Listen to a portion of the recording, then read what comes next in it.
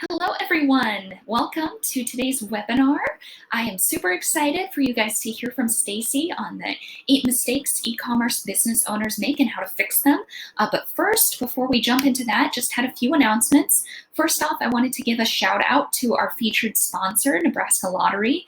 They were a great help with our Marketech conference last month, and they continue to support programs like this. It's because of sponsors like Nebraska Lottery that we can offer these webinars for free. So thank you so much to them for showing their support for small businesses and education to help small business owners like you guys. Also wanted to give a shout out to our featured member, Ag Valley Co-op. They have been a Grow Nebraska member since 2020. They're headquartered in Edison, Nebraska, but they have plenty of plants. Also to them, this is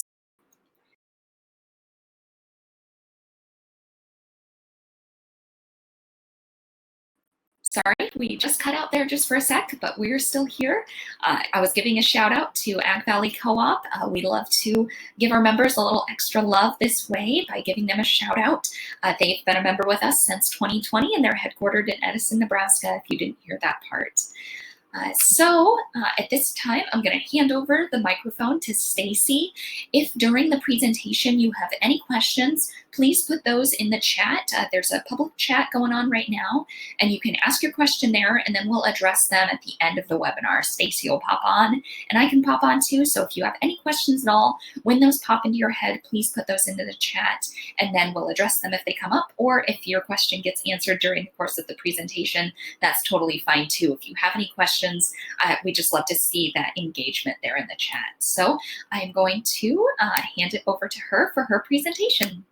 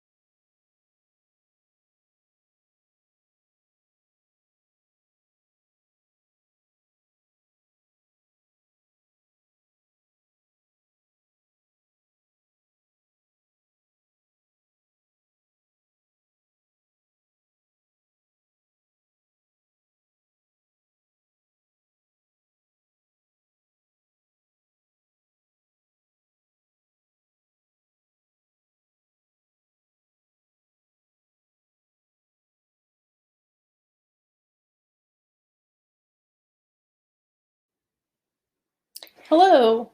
Today we're going to talk about 8 mistakes e-commerce business owners make and how you can fix them. My name is Stacy Tamerius. I am a freelance e-commerce website designer and co-owner and marketing director for Nebraska Bison. I got my degree in advertising from the University of Nebraska-Lincoln in 2010. I began working for Nebraska Bison in 2011. That's actually when we established it. I was there for its creation, and I have spent the last 10 years building, learning, adapting, and growing this business. Everything from product development, website design and management, customer service, packaging, marketing, third-party vendors, and partnerships. All of those things I have had my hand in the creation of this business. And I've learned a lot in these 10 years. I love helping people make their business dreams and goals happen. And so a few years back, I started kind of freelancing on the side, just on top of that, so that I could help more people build the websites they need and give them the tools to help grow their business. I also started another little side business during the pandemic, Sunflower House Cookies. It's under the cottage food operating license through the Lancaster County Health Department. And I do porch pickup and cookie deliveries from my home. That's kind of been fun too. So I love building websites. I love talking e-commerce and living e-commerce. And hopefully today we can talk about a few things that might hurt your business and how we can fix it. And hopefully you can learn something. So a few of the sites I've worked on here, obviously Nebraska Bison and Sunflower House Cookies. I've designed Make It Take It's website, which is a craft studio here in Lincoln. And Crafty Cash Designs is a jewelry, handmade jewelry and a little boutique. And then Stacy Stitches and Designs is my little crochet shop. So these are my favorite sites that I've worked on and designed. If you ever want to go take a look at them and kind of see what that's about. But moving on, we'll start with mistake number 1. So mistake number 1, your website is hard to use.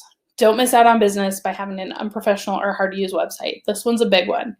And it's easy to do. A lot of websites, quite frankly, aren't up to snuff. And I can give you a real world example of how this can hurt you without naming any names. I don't want to shame anybody, but last Christmas, I gave a gift to my younger sister who lives in Rhode Island. I bought it in shop and shipped it to her, and it was great, and she loved it. And she said, "Oh my gosh, Stacy, this is so delicious. This is my new favorite thing.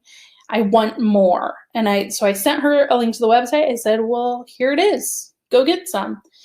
And she went onto the website, and she texted me back and said, "Oh, shoot, I don't think they ship to Rhode Island."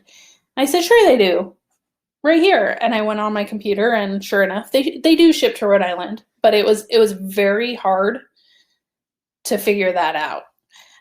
So she didn't make a purchase, and she'll probably get it maybe next time she's in Lincoln if she remembers. But right there when it was top of mind, the website was hard to use, and so she is not a customer. Even though she loved the product. You don't want that to be you. You want an easy to use website that is easy to make purchases on so you can get all the customers who want to shop from you. So what can we do to fix that? Number 1, test. Ask your friends and family to go through your website and make a purchase.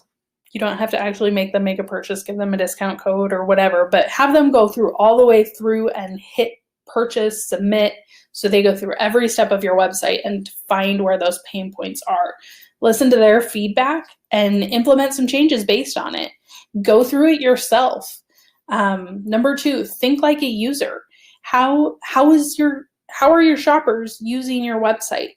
What are they looking for? What information will help them complete that purchase? what is stopping them? Is something wrong with your navigation?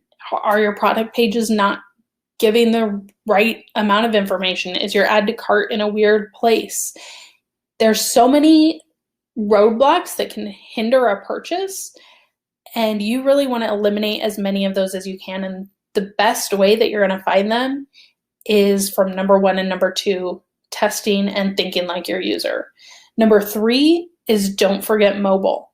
Most web browsing now happens on mobile devices. And that's true of online shopping too. The easier you can make it, the better. And so you need to think mobile first. When you're testing your website, don't just test it on your laptop or your computer, test it on your phone. And make sure your website is looking just as good on your phone as it does on a desktop, because that's where people are finding you. Mistake number 2, not having all your tracking set up from the start.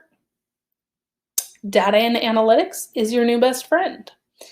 Tracking might seem boring or overwhelming. You might feel like you're not a numbers person or a math person. I hear that a lot from business owners or creatives who are business owners. But data is so important in helping you make decisions for your business and helping you learn about your customers.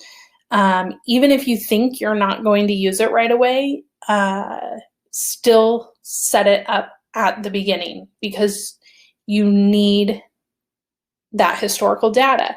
If you don't, if you wait a year or two until you, oh shoot, I need that data, all the data from before that is gone.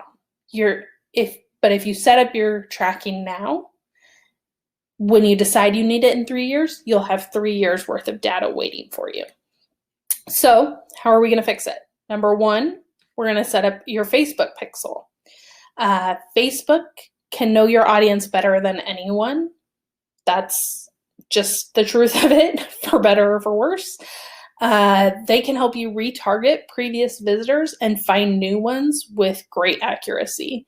So Facebook pixel, we're not going to go into how to set it up, but it's easily findable on Google, depending on what your web platform is. Search up how to set up a Facebook pixel. Number 2, Google Analytics. Google Analytics gives you a deep dive into how users are interacting with your website, who's on your website, what pages they're visiting, what are their demographics. It gives you so much information about how your website is being used. And then again, you can Google how to set up Google Analytics. It's pretty simple to set up an account. Both of these, Facebook Pixel and Google Analytics, are both free, completely free to set up and use. And so both of those right away, get those set up on your site. And then number 3, learn the platforms. Once you have them set up, take a little bit of time to learn about the platforms, how to read and understand that data. And really it's just so helpful for making decisions. Every single year for Nebraska Bison, I do a deep dive into our Google Analytics. I have so many spreadsheets that I fill out to give me a look at what happened this year in Nebraska Bison, so that I can use that to build the marketing strategy for the next year. I break it down monthly, quarterly, and by year. And it's one of my favorite times of the year, because it really lets me see a different perspective of what's going on in my business, when normally I get, you get so in the weeds in the day-to-day. Having this data is nice to take a step back and really look at what was going on. Okay, so that's number 1 and number 2. Let's move on to number 3. This is one of my favorites. Expecting that if you build it, they will come. This is not true. Branded websites require you to find and retain customers. Don't invest in your site without budgeting to invest in your marketing. I see a lot of people who want to grow their online business, and they think that means building a website. And that's part of it, but that's just one piece of the pie. So how are we going to fix it? Here's 3 things we can do. Number one, email marketing. Email marketing is number one. It's still a huge driver of traffic and repeat traffic. Advertising platforms are constantly changing, whether it's Facebook, Instagram, TikTok, Google, and SEO. All of that is always changing, and you don't have any ownership over it. But you own your email list. You own that customer list. And even though we get more and more emails every day, email marketing is still a huge driver of sales and traffic. In fact, for Nebraska Bison, it can be up to 40% of our revenue at any given point. So there's certain things you should be doing in email marketing that are even easy to get set up. So email flows, automated email flows is right after you get that data and analytics set up these email flows. You should have abandoned cart email triggers. You should have a welcome series, post-purchase series. You can even have customer win-back series for customers who haven't been back to make a purchase in so much time. You can have browse abandonment for, oh, we know that you looked at this page. Do you want to know more about this item? There's a whole bunch of automated flows you can set up, and that's something that once you set it up that first time, it's going to continue to email and do all of that automatically without any work from you. And if they're set up, optimized, and well, hopefully they'll be generating sales and traffic for you. Like I said, email can be responsible for 30 to 40% or more of your revenue if you're doing it right. And not doing email is one of the biggest mistakes you can make. Number two, learn about remarketing. People don't often make a purchase on the first visit to your website. So what happens when they find your website, they browse a little bit, and then they leave? What happens? Are you going to keep marketing to them? Because you should be. If you're not, you're losing sales. So you can remarket to them through email marketing by getting their email address while they're on your site. Not everybody's going to opt into that, though. So this is where your Facebook pixel comes in. You can use your Facebook pixel to remarket to them on Facebook and Instagram. And that's one of the biggest ways to do that. You can also do that through Google. But you need to have a remarketing strategy. And then three, think about how people are going to find your site. What are you going to do to bring them in? This is where you're going to have to put a lot of investment, probably. You might use Google ads. You might use Facebook and Instagram ads. You might be investing in SEO, which is search engine optimization, so that you organically appear higher on search engines like Google. This one is the least reliable. Organic social media platforms, if you want people to find you organically without paid traffic, on TikTok or YouTube or Facebook or Instagram or Pinterest. There's a lot of ways to bring people to your website, and you'll obviously be using a mix of those, but you need to really build a strategy of what is your plan for bringing people to your site, because simply making the site doesn't guarantee that anyone's going to find it.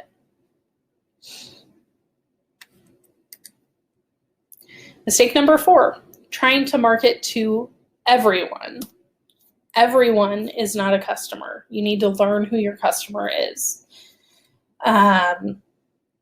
Even if you think that everyone will love your product or everyone needs your product, it's going to be easier for you if you start by segmenting it and starting with a smaller group and then growing from there.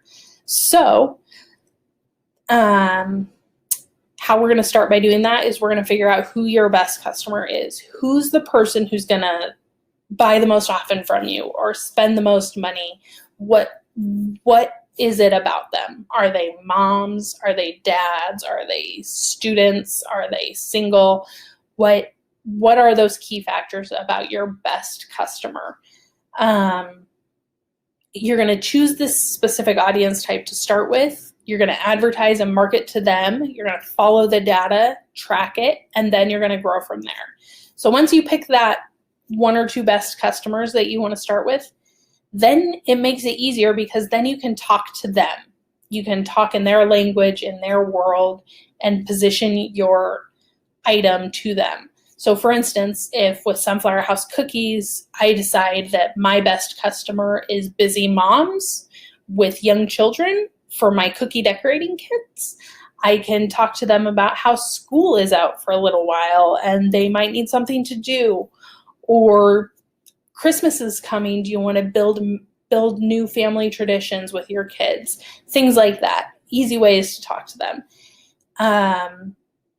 And then 3, I have that audience nailed down. Maybe I can expand to single dads or students or young couples for a fun date night idea and grow from there. The key that I always like to do when I'm doing like specific advertising audiences, when I'm using Facebook ads to target these people, is to keep everything as narrowed down as possible so that I know what's working. So I'll have an ad group where I'm basing it on a specific interest. If, say, I'm doing the moms of young kids, I might try and do moms of preschool kids and just that, and run that ad group, and then compare that ad group to moms of school-aged kids so that I can see which one is working it. Rather than targeting them both at the same time, you're able to see, oh, actually this school-aged kids ones works better than the preschool kids, if that makes sense. I like to keep everything as focused and narrow as you can so that, again, it all comes back to that data so that you can see what's working and not focus on what's not working and focus on what is. Mistake number 5, using the wrong platform. This one's a little bit different. Lots of platforms exist to help small and large businesses sell online, and you need to make sure you're picking the right one for your business. I see there's a lot of different options out there, and obviously I have the ones that I'm partial to. But we'll start by talking about marketplaces versus standalone sites. Marketplaces are like Etsy or Amazon, eBay. Those are kind of the big ones. Whereas a standalone site might be built on WordPress, Shopify, Wix, or Square. Marketplaces certainly have their purpose. They're a lot easier to bring you traffic. You don't have to focus as much on that. They have their brand and they're bringing traffic to your listings. But the drawback is they show your competition right next to your listing. They also don't allow you to build your own brand, and you don't get any ownership over your customer data for remarketing or email or any of that stuff. So that's kind of the trade-off. They bring you traffic, but the traffic is theirs, not yours. Whereas standalone, you have full control over your branding. You can use the data you gain to improve your business. You can gain customer data for remarketing, for email. And it's really, if you're looking to really build a branded business and you really want to be serious about e-commerce, that's the way most of the time you would probably want to go. But again, I mean, it depends on your business. Etsy is right for a lot of people who don't want to invest all that time and resources into building and growing that standalone site. So number 2, if you do move on to the standalone site, is it optimized for shopping? Is the platform optimized for shopping? I mentioned WordPress, Square, Wix, and Shopify. And you need to make sure that they have a simple checkout. What the checkout and cart process is like. Is it simple? What payment gateways can be connected? Is it SEO friendly? Is it user friendly? Sites like Wix let you do whatever you want to do on your page, and that doesn't necessarily mean it's the right thing to do. You can put anything anywhere, but is that really what's going to be the best for your website? How fast and slow will your website run? I've seen a lot of WordPress. It gives you a lot ability to do a lot of different things. You can build anything on WordPress, but the trade-off is a lot of times it's going to be slower. Every extra second your website takes to load or your content takes to load is another roadblock for you, another second for that user to get frustrated and turn away. So my preference and what I recommend to everyone who's serious about running an online store is Shopify. WordPress, Square, and Wix, they're all platforms that might seem cheaper off the bat or might seem like they have some benefits, but Shopify really puts 100% of their focus on empowering merchants. They're all about giving you the tools you need to grow your business and build the best website that you can. They're 100% about online commerce, whereas those other platforms are for all types of businesses. Shopify is about people who want to shop online. And really it works for all kinds of online commerce businesses as well. It works for whether you have reservations, whether you need, whether you have basic needs or complicated needs, if you have lots of variants, even personalization, there's ways to get all of that set up. And really, there's so many people that I would like to email and be like, hey, have you heard about Shopify? Because it really makes that much improvement on your website. They've spent years optimizing the checkout process to make sure everything's as smooth as possible for the end user. You have just lots of potential to be the best you can be using that platform. And you're gonna have a great site right out of the gate. So number 6, this one again goes in a little different direction, but another mistake I see people making quite frequently is underpricing and depending on discounts, selling themselves short in order to make that quick buck. And really, a lot of times when you're underpricing yourself, you're not even making that quick buck. And I understand too, it's scary to price yourself what you deserve or maybe need to be making. But in the long run, it's going to be the best thing for your business. So let's move on and see how we can fix that. Number 1, do your market research. Obviously, go see what other people are charging for similar items. Maybe see how yours is better or worse than the other things that are out there and compare.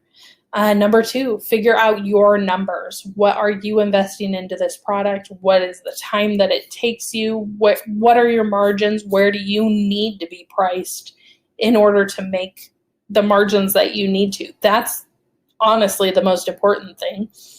And then number 3, position yourself to make that pricing work. Why should someone buy from you? That's going to be the main thing about making a sale or not. If you're selling some, for instance, Nebraska bison, we sell high-end steaks that some of them are $90 for 4 steaks. Selling those same 4 steaks for $80 isn't going to make a whole lot of difference between if it's $80 or $90. It's why should they buy the steak at all at that price point? And so if $90 is what we need to get our margins right, let us tell them why they should spend $90 on steaks.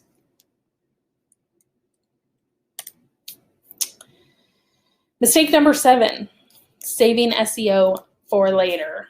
I do this a lot. But why save for tomorrow what you can easily do today?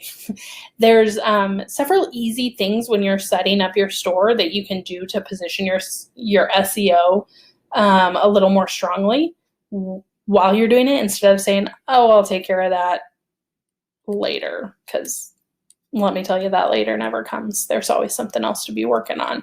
So how are we going to fix it? Number 1, alt tags and images. Every time you upload a new image to your site, go right in and put that alt tag in right away. These are actually required for accessibility on your website anyway, so you should be having them anyway. It's how search engines can read your image and process it, and so it knows a little bit more about what the images are on your site. You should also be naming your files using keywords. So for instance, when I upload an image of one of my cookies, I should say football-shaped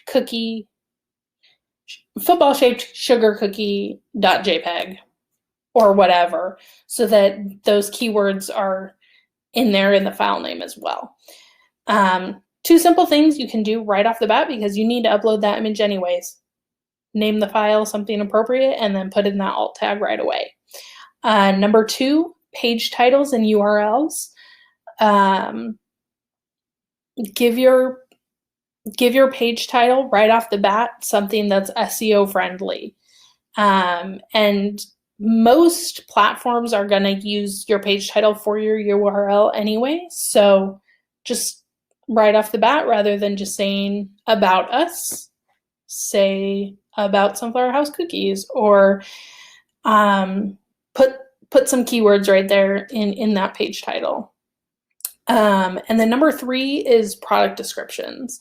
When you're in the weeds of building that website, it can be easy to come back to product descriptions later and just to put the bare bones in there. But if you really take the time to write a couple paragraphs or several bullet points about your product description while you're setting up your store, that's gonna give you a little bump as well. Google likes to see more text on pages and have a good user experience of seeing that you really have some good content there. And so the product description is a great place to make that happen. Plus, it's good for user experience as well. If, for instance, you're just putting like the bare bones manufacturer product description, size there, that's not very compelling. But if you take a little bit of time to write a compelling reason for someone why they should want your item, that's going to be good for SEO and that's going to be good for user experience. So you're killing 2 birds with 1 stone. And finally, we're to mistake number 8, which is not being willing to put in the work. Building a website is easier than ever, but running a successful business, even an e-commerce business, is still always going to be a lot of work. It's not an overnight thing to just put that website up and all these sales come in. There's a lot of work that goes on behind the scenes to even if it's the work of teasing that your website is coming and then putting it live and having all that dream traffic coming in and making those sales. There's always going to be a ton of work that goes with building that e-commerce business. Yeah, and that's one of the biggest question. And it's things that I see happen is somebody will come to me and say, hey, I want to build an online store, or I want to make this online business, but so that would be a difference between Shopify not willing and to put in the WordPress. work. Like WordPress, you completely own everything. Past getting that hosted website on your off the own hosting ground. platform. Shopify gives you the hosting platform. My advice on lets you that host it there. So in is, that sense, number they 1, do, always be learning. E-commerce is like if always something changing. happened to There's Shopify always and they something just new. went away, like you would lose your store. Always, that's always things changing. That's one of the things I like about scenario. Shopify is that they stay so on top of traded it. company. And a lot of times they're leading the way, but that is and they're letting you know at the same about it. time, They're emailing us about it. They're freedom. Tweeting about it. To like they're Etsy or Amazon, doing conferences. They're keeping us in the loop so that we can really stay at the forefront as well. Your customer they're also creating addresses, partnerships, contact information, emails, and have the, with like for instance with my huge players like I store all that customer data Amazon in a or whoever platform that's not Shopify that I use. But if you can always be learning and kind of the one I use keeping your ear to the ground about so in that way how you can be improving your business. separate from Shopify as well. They don't. That's one their awesome thing whole you can be mission doing. is about Number empowering 2, make a small schedule. business owners. I like to go monthly. They look at themselves I like as to a plan out, competitor to okay, Amazon, these are my goals for just the in a month. different This kind is of my way. plan So for the month. This is what I'm marketing. This if is that what I makes want to get sense. done. And kind of just make that schedule so I can stick to it and then plan for things and then adapt as needed. Oh, Things always come up. There's always something to fix or do or whatever. And so you have to be able to adapt to that. But if you plan ahead and make that schedule, that'll help you that's keep an on email track. marketing platform. And then number 3, you really have to put in the I've got time and the link for it money. here too, just in case It is still a business, and so you you've got to want to look at learn it more about like it's a that. business.